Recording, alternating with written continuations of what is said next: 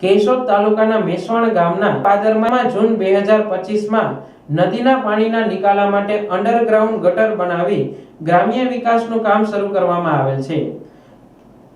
ચોમાસામાં મુખ્યત્વે નદી નાળામાં બાંધકામ જૂન માસથી સ્થગિત કરવામાં આવે છે, પરંતુ મેસવાણ ગામનો પાદર એટલે નોરી નદીનું ઉદ્ગમ સ્થાન છે, ત્યારે ચોમાસામાં પાદર કે નદીમાં કોઈ પણ કામ થાય એ અશક્ય વાત છે।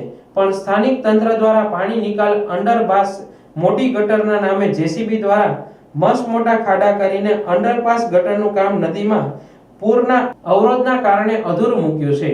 મેસવાણનું પાદર એ એકમાત્ર ગામનો મુખ્ય રસ્તો છે। ગામના પાદરમાં જ પ્રાથમિક શાળા આવેલ છે અને શાળાએ જતા બાળકો ખાડામાં પડી જશે તો તેની જવાબદારી કોની રહેશે? હાલ ગ્રામ પંચાયતને આ બાંધકામની બેદરકારી નજરે આવતી ન હોય તેવું લાગે છે। થોડા દિવસ પહેલા એક બાઇક ચાલક આ ખાડામાં બાઇક સહિત પડી ગયો હતો। સદનસીબે કોઈ જાન માલની હાનિ થયેલ નથી। ભાજપ તરફેણમાંનું આ ગામ છે, તો હાલ ગ્રામજનોને તેવું લાગે છે કે સરકારને માત્ર ચૂંટણી પૂરતું જ મેસવાણ ગામ યાદ આવે છે કે શું, તેવું ગામ લોકો જાણવા માંગે છે। હાલ ખેતીની સિઝન ચાલે છે અને નિશાળે જતા બાળકોના માતા પિતાએ ફરજિયાતપણે આ ખાડાના કારણે પોતાના બાળકને શાળાએ ખેતીકામ પડતું મૂકીને લેવા અને મૂકવા આવવું પડે છે।